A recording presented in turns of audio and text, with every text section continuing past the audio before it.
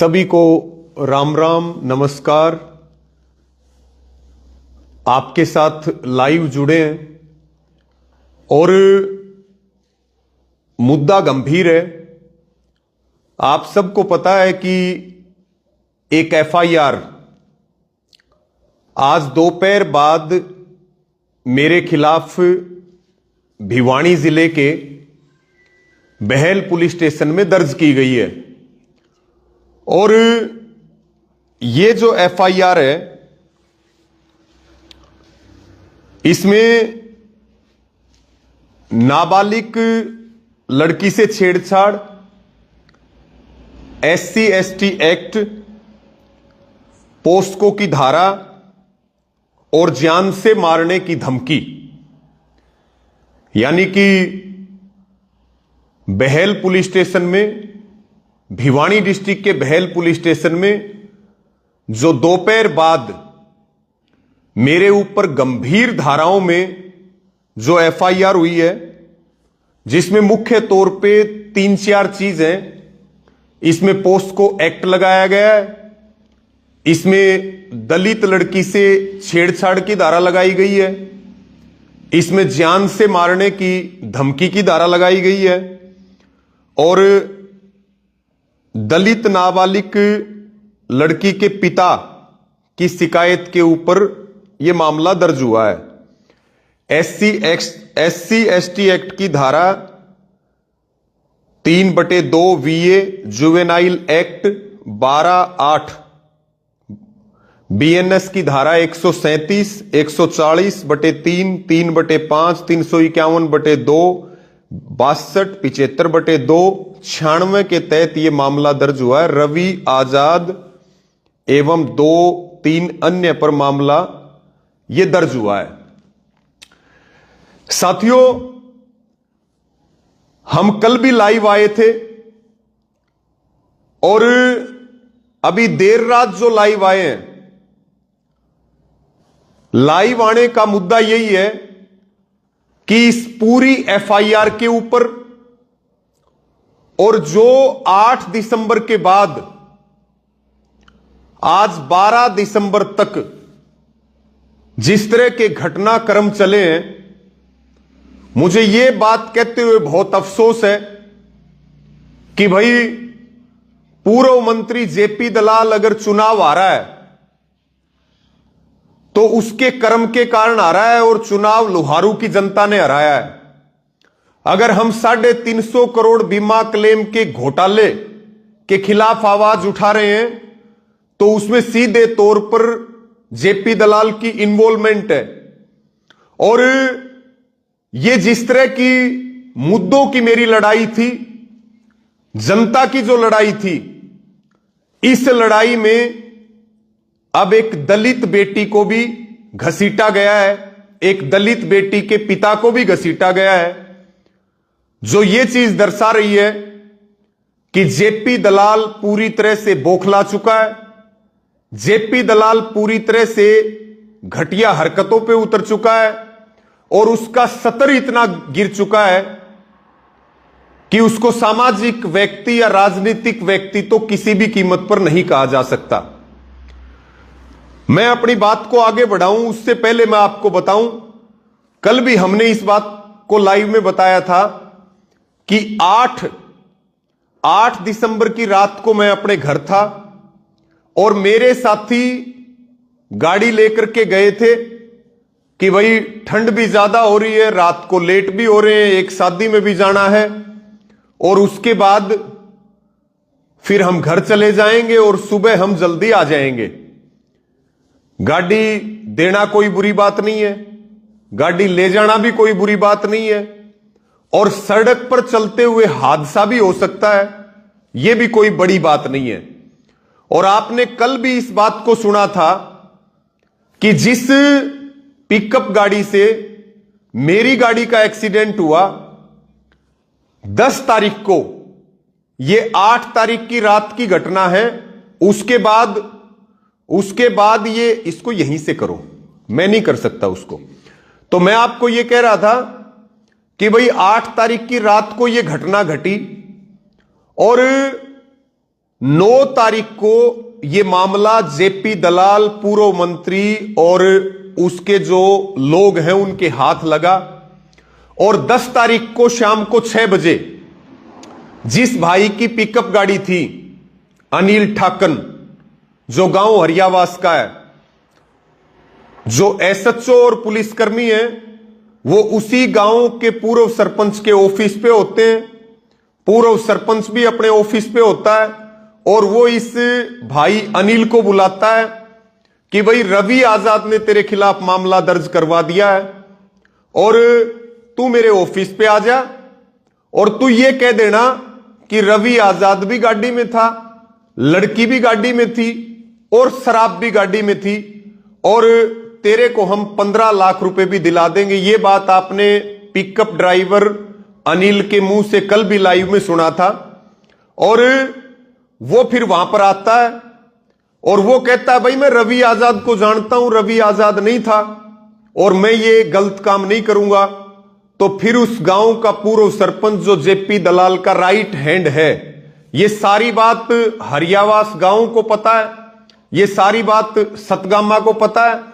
फिर यही जो पूर्व सरपंच है पुलिस की मौजूदगी में पहले से एक दरखास्त तैयार की हुई होती है जिसमें जान से मारने की धमकी, लड़की, शराब, इस तरह की चीजें उसके अंदर लिखी हुई होती हैं और यह कह करके साइन करवाते हैं कि रवि आजाद ने तेरे खिलाफ एफआईआर करवाई है, तुझे अगर बचना है तो तू इस कागज पे साइन कर दे।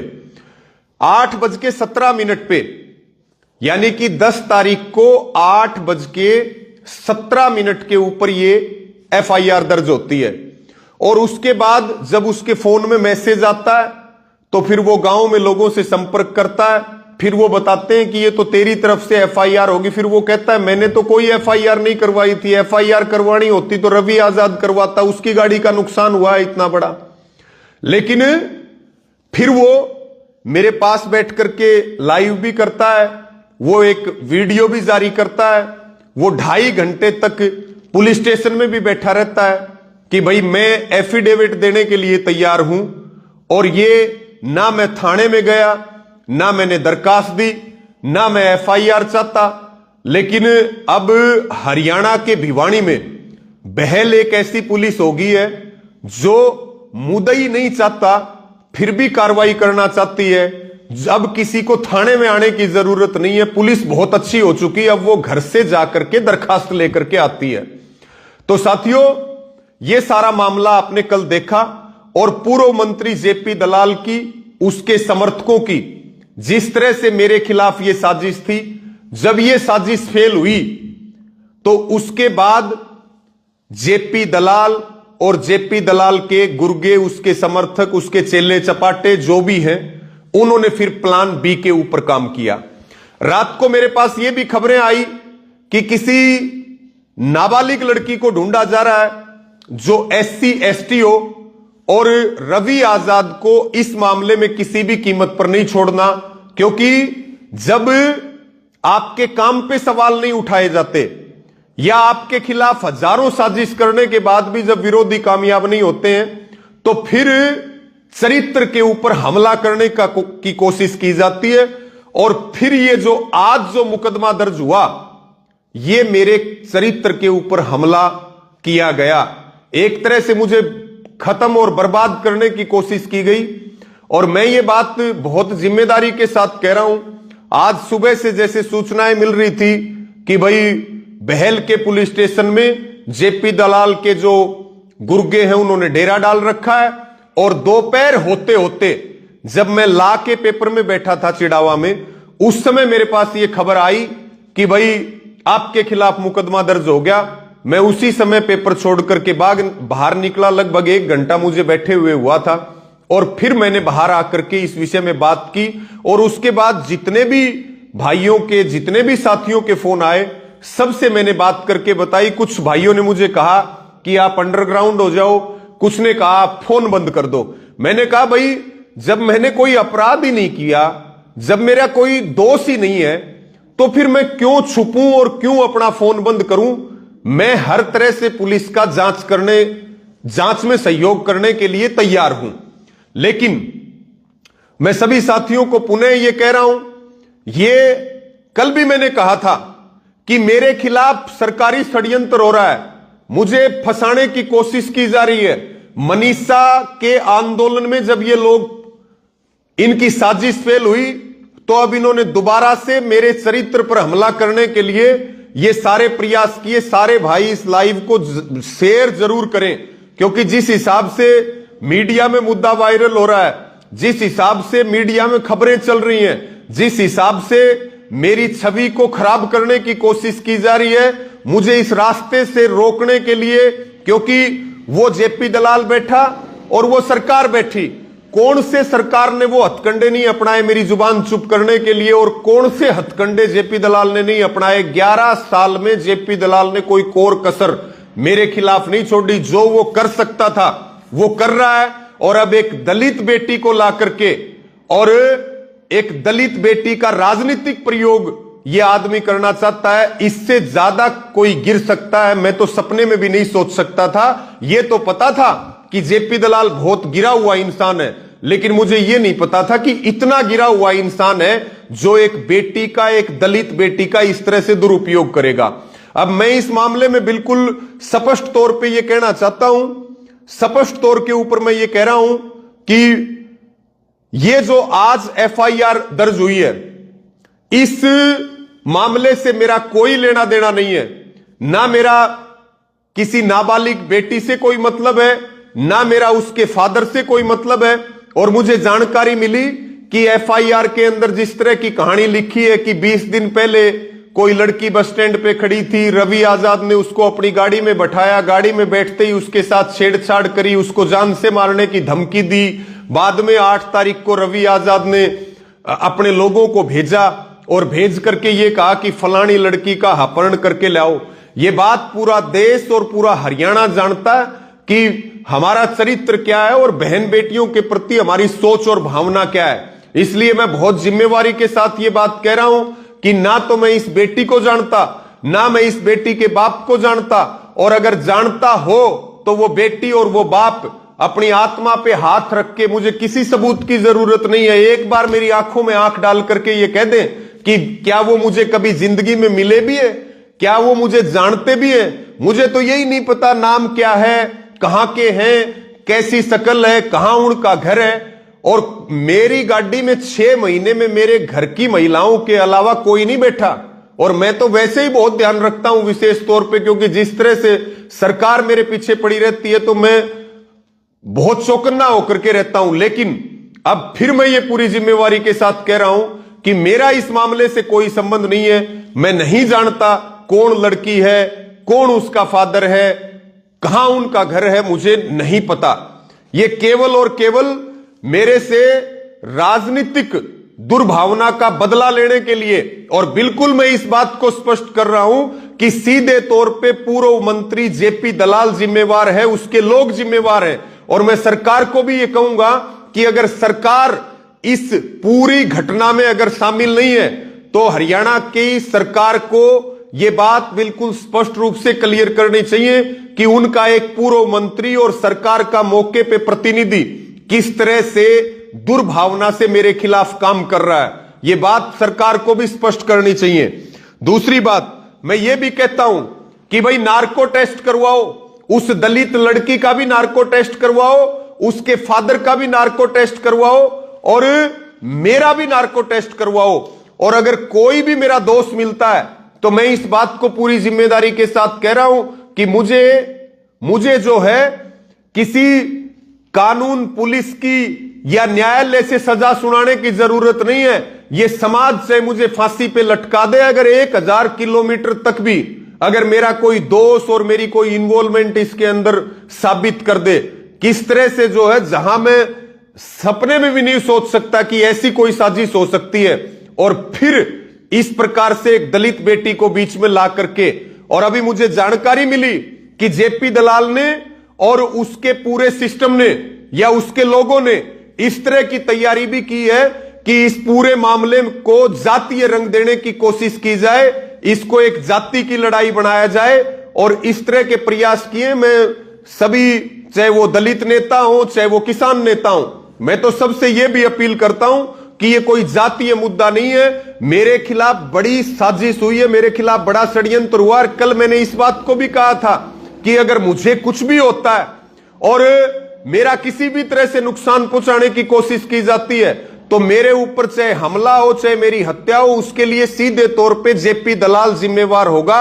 यह बात सरकार और प्रशासन को बिल्कुल गंभीरता से लेने की जरूरत है। और यह भी मैं मांग कर रहा हूं सरकार से कि इसकी सीबीआई की जांच होनी चाहिए, सीबीआई जांच हो इसकी, और दूध का दूध और पानी का पानी होना चाहिए। क्योंकि अब यह नहीं पता कि क्योंकि ना तो मैं छुपा हुआ, ना मैंने फोन बंद कर रखा है, ना मैं अपने घर से कहीं दूर हूं। अब भी मैं ये बात कह रहा हूं क्योंकि मेरी गिरफ्तारी तो इतना दबाव है सिस्टम का कि मेरी गिरफ्तारी तो किसी भी समय हो सकती है, और हो जाए मुझे कोई दिक्कत नहीं है। क्योंकि जब मैंने गलत काम नहीं किया, जब मैं किसी गलत काम में इन्वॉल्व नहीं हूं, और जब हमने पूरी जिंदगी इस काम में लगा रखी है, तो हम इस तरह की हल्की हरकत करेंगे, ये कैसे विचार किया जा सकता है? एक एक आदमी इस बात को जानता है। इसके साथ में मैं ये भी कहना चाहूंगा, सरकार जो घबराई हुई है, या मैं जेपी दलाल की बात करूं, अगर सरकार इन्वॉल्व नहीं है तो सरकार अपना स्टैंड क्लियर कर दे। लेकिन जो नए संगठन की तैयारियां चल रही है, 350 करोड़ के बीमा क्लेम के घोटाले का जो आंदोलन चल रहा है लुहारू में, और उसके साथ में जो इलेक्शन के हार की टीस है, वो सीधे तौर पर जो है जेपी दलाल ये सब काम उसी के लिए कर रहा है। और भाई जेपी दलाल के पास धन भी बहुत है, और धन भी कमाया हुआ नहीं है, लूटा हुआ है किसी का। तो भाई वो तो पता नहीं भाई कितने लोग ऐसे होंगे इस समाज में जिनकी पैसे से गर्दन नहीं टूटती होगी, कितने लोग ऐसे हैं जो अपने स्टैंड के ऊपर मजबूत रहते हैं। इसमें सारा घाल मेल किस तरीके से किया गया है ये तो जांच के बाद पता चलेगा। लेकिन सभी साथी इस लाइव को शेयर करते रहे, और मैं एक एक बात बहुत जिम्मेवारी के साथ कह रहा हूं। और मैं ये भी कह रहा हूं कि हमें चाहे फांसी पर लटकाओ, लेकिन जिस तरह की हरकत जेपी दलाल ने की है, जिस तरह का दबाव जेपी दलाल ने दिया है, इस पूरी घटना से जुड़े हुए लोग इतने दबाव में हैं।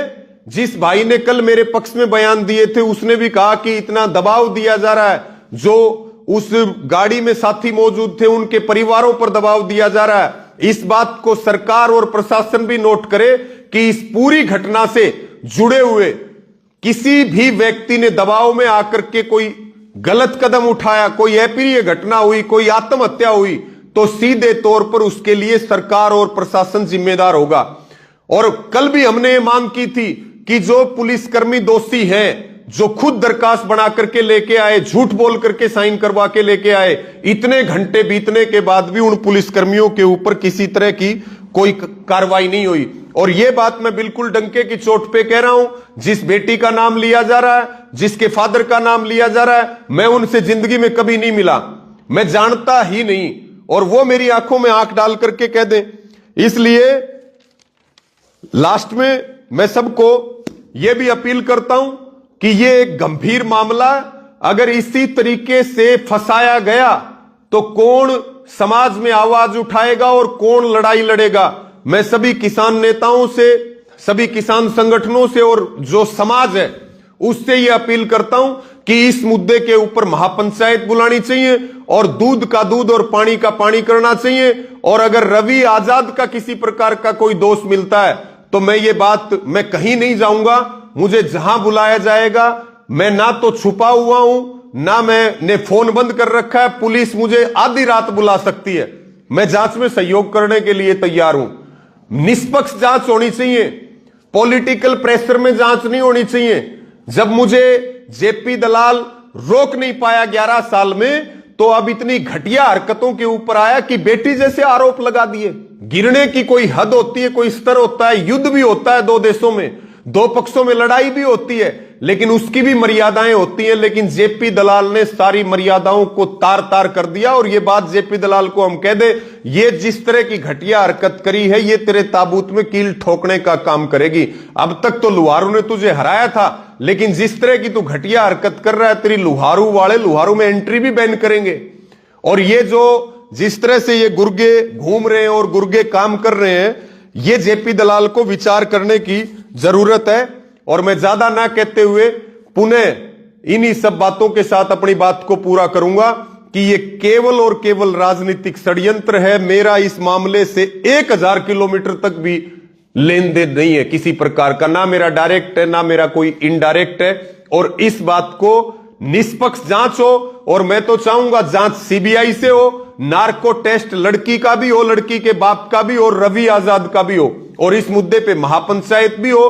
कहीं ना मैं छुपा हुआ ना मैं कहीं भागा, आधी रात को पुलिस बुला ले, जांच में हर तरह के सहयोग के लिए तैयार है। लेकिन हम सरकार को और जेपी दलाल को यह बात बिल्कुल स्पष्ट रूप से कहना चाहते हैं, चाहे गोली मारो, चाहे फांसी लटकाओ, चाहे जेल में भेजो, चाहे झूठे मुकदमे दर्ज करो, चाहे जो करो, लेकिन ये जो किसान मजदूर और पीड़ित के लिए हमारी आवाज है, ये जब तक दम में दम है तब तक हम आवाज भी उठाएंगे, लड़ाई भी लड़ेंगे।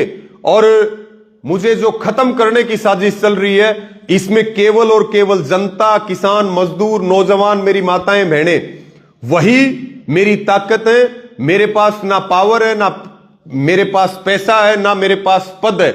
मेरी ताकत केवल और केवल आप लोग हैं। आप निष्पक्षता से इस मामले को देखिए।